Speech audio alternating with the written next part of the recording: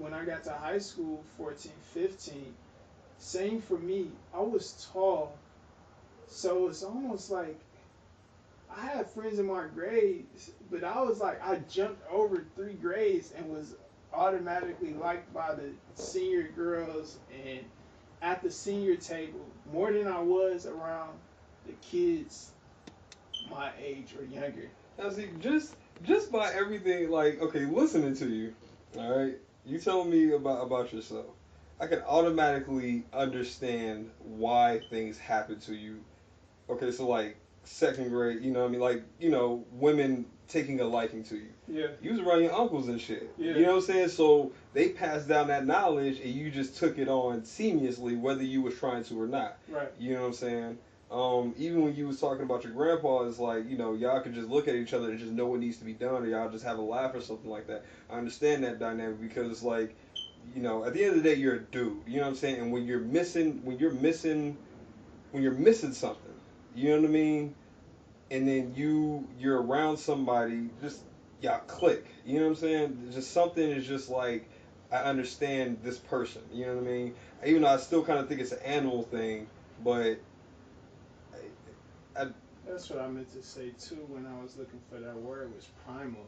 mm, right. So definitely, an animal thing. Yeah, man. Um, It's like I understand a lot of stuff that you're saying. It's like no wonder. Okay, you just separate. You know what I mean? Like women raised him this way. mhm. You know what I'm saying? So you always have that sensitive side and understanding women and stuff like that. Whether you felt that you didn't have men looking after you or what I'm saying mentor you or whatever, what I'm saying, you did get that soft side from women, what I'm saying, because you had grandparents, mom, shit like that, what I mean. And at the same time your uncle was an influence, and really for a male to be influenced by another male, it doesn't take, what I mean, 'cause you're going to Much. study, what I'm saying, it's a quick study, what I'm Yeah. saying. But it's a primal thing because we're dudes, so what I mean. Same thing with a woman, a little girl, and a mother or whatever. You know what I'm saying? It's primal for them to understand and know and to take away from what's being exposed to them.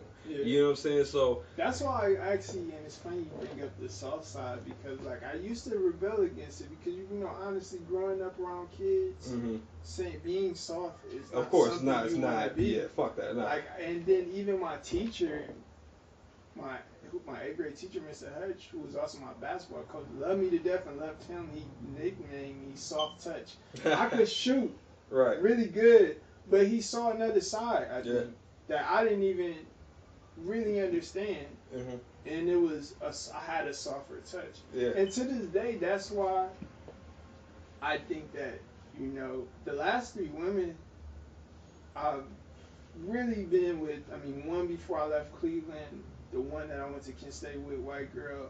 Then this girlfriend. Like, girls really fall in love because I have that softer touch to Yep. me. You know what I mean? That's I'm that. not this like, and I have to own that as well. Yeah. And I appreciate it now, even for you saying it and making me realize that, like, it's just an advantage. Yeah. You can make it a disadvantage or you can make it an advantage, but Plain at and the end of the simple. day, I'm gonna make it an advantage. It's a Yeah. plus. So, but to say the least, yeah. So I mean, I went to a high school with the same dynamics. hmm I mean, you live on the right side of the tracks or the left side. You know hmm what I mean? The right side of the tracks, two-family homes, duplexes, small apartments, majority of black people. On the left side, wealthy whites. Right. And then in the school, one of the most diverse schools, but still it's that dynamic of, Yeah. those the multiple dynamics. I mean, we definitely lived in a bubble. Right. Um, and um, yeah, so it was definitely an experience. Um, Now, I can honestly say, at times I'm like, yo, would it have been better for me to be superiorly advanced and going to an inner city school with all black people? Or would it have been better, or is it suffice that I went to a white school and was just like a average student? Um, and I say this to say I don't have any relations with any of those people I went to school with Mm. to this day. I cannot call them and ask them for $100, $2,000, and they got it. Right. On the contrary, that's my same thing with black schools as well as like HBCUs. It's like, damn, I see like people that go to Howard, they're Right. so fucking tight. Right. It's like their network is crazy. Mm-hmm. But if you don't go to Howard, I went to white school. I'm not talking to any of those people that I went to school with. Mm.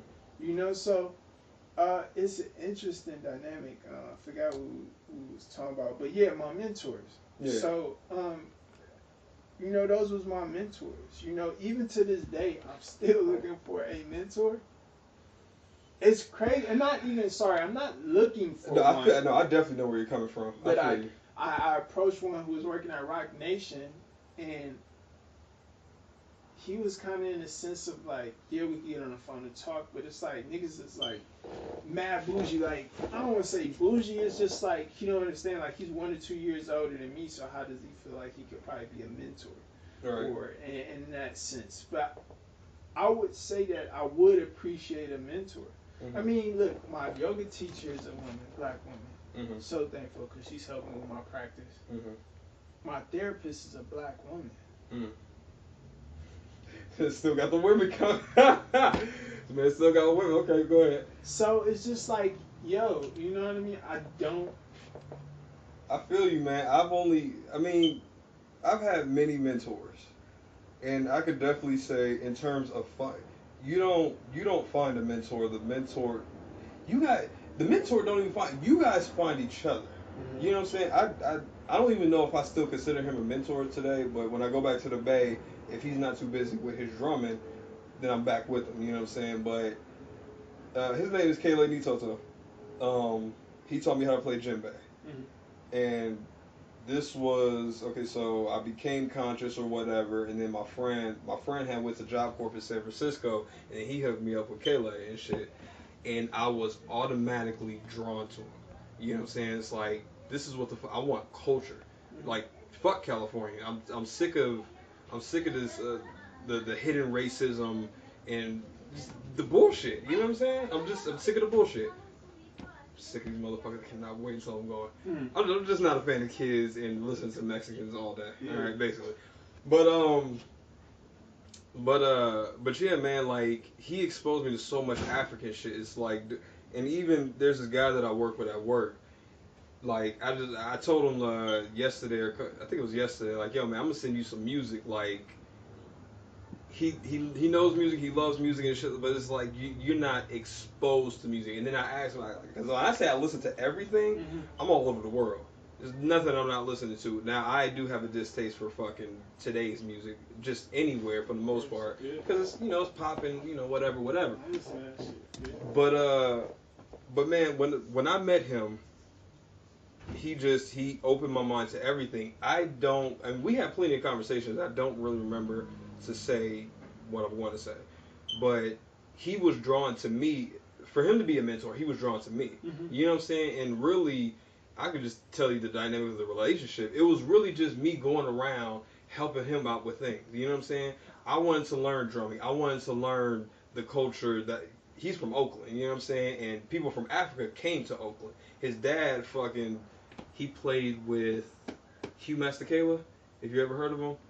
Sounds familiar. It sounds familiar. If you know Miles Davis later on in his career took him long enough to listen to African trumpet players, and then he got influenced by that shit. Wow. You know what I'm saying? So, like, I was like, oh shit, I learned how to boot dance, the original shit from South Africa. You know what I'm saying? It was basically just, we were just living life. I was just tagging along with him to place and shit. And when he was frustrated in life, either he would talk to me, or when the frustration was done, he'll just start talking about, man, this is what the fuck happened. You know what I'm saying? That really, it was like we were just best friends, but the reality of it is, I learned so much from him. I don't know how much he got. He said he learned a lot from me. I don't know specifics. You know what I'm saying? But he was still amazed by harmonica. Harmonica is my first instrument, my real studied instrument or whatever. And he had gave me a guitar. He had taught me something in standard tuning. But I was listening to Son House, and he had his shit in Spanish tuning. So I completely retuned my shit, listened to Son House, Death Letter Blues, I learned how to play it in 2 weeks or in a week. Went back to him, and he was impressed. He tells that story to so many fucking people. You know what I mean? Like I don't know what I am or who I am to other people to be this amazing guy. A lot of people say I'm an amazing person. Mm-hmm. I don't know what the fuck that's amazing about me. You know what I'm saying? I appreciate it. You know what I mean? But I always let him know, like, dude, thank you for teaching me this, and that. But he never felt like he was teaching me. Mm-hmm. I was just along for the ride. You Yeah. know what I'm saying? And it's like it's like, he took advantage of the situation in terms of used a lot of my time and shit like that. But I never felt used. And sometimes that he felt that he was using me, and so he would try to pay me and shit like that. If anything, it would just be like, yo, can you pay for my BART ticket coming up that way, or whatever. You know what I'm saying? Because just being around him is a joy. You know what I'm saying? It was a pleasure. It was not a gift. What was that? Like, it's a privilege. Yeah. Just like driving a fucking car. It's a fucking fuck the whatever. But it was a privilege to be around that. You know what I'm saying? To be exposed to it. You know what I mean? No, It's, that's true. yeah, man. So Yeah. it's definitely just two people really finding each other, and I've never known a mentor to be any other way. Like I would say, Dick Gregory was a mentor to me. You know what I mean? Seen him 4 times, and I would still say the best time the best was in Berkeley. It was him and Paul Mooney, and I listen to a lot of Paul Mooney. He's a mentor to me too. Saw Paul Mooney at least I think 4 or 5 times, but when they was there together, it was the most amazing shit just of my life. Yeah. The knowledge it was just, you know what I mean, because they're comedians, Yeah. so they're trying to do their act, but it's like they just can't help when they say a joke about something in society, politics, society, people, white folks, whatever. You know what I mean? They stop the jokes, and it's like, y'all motherfuckers don't get it, do you? You know what I'm saying? That's crazy. You even sitting in the seat, you like mimic the seat because I seen him at Hollywood Improv Really? right before he passed, maybe Who, Dick Gregory? Yeah, I went to see him. Dude, I went to go see him too. So you was there? Yeah. He had the Dr. Martin Luther King, or he had a JFK document. He had this large piece of paper. I think but so. the way he would talk to you was like, he would talk to you in the sense of like, you motherfuckers don't get this shit. Like, Yeah. It's like, you know what I mean? Are you that stupid? Yeah. And those kind of shows are like so rare. Mm-hmm. My ex, ironically, she appreciated Richard Pryor for that as well. That's her guy is Richard Pryor. Right. Yeah, they definitely find you. I agree with, I totally agree with you. I think that I don't want to diagnose why I haven't found the male mentor. Mm-hmm. But I think it could be, stemmed from me not having a father Mm-hmm. and not and feeling like at times a male can't teach me shit. You know what I mean? I had to teach myself how to learn Right. in this opposite way, introspective way versus finding these. My grandfather never talked to me about sex. Right. Outside of my uncle's porno collection, my uncle, of course, he was doing his thing.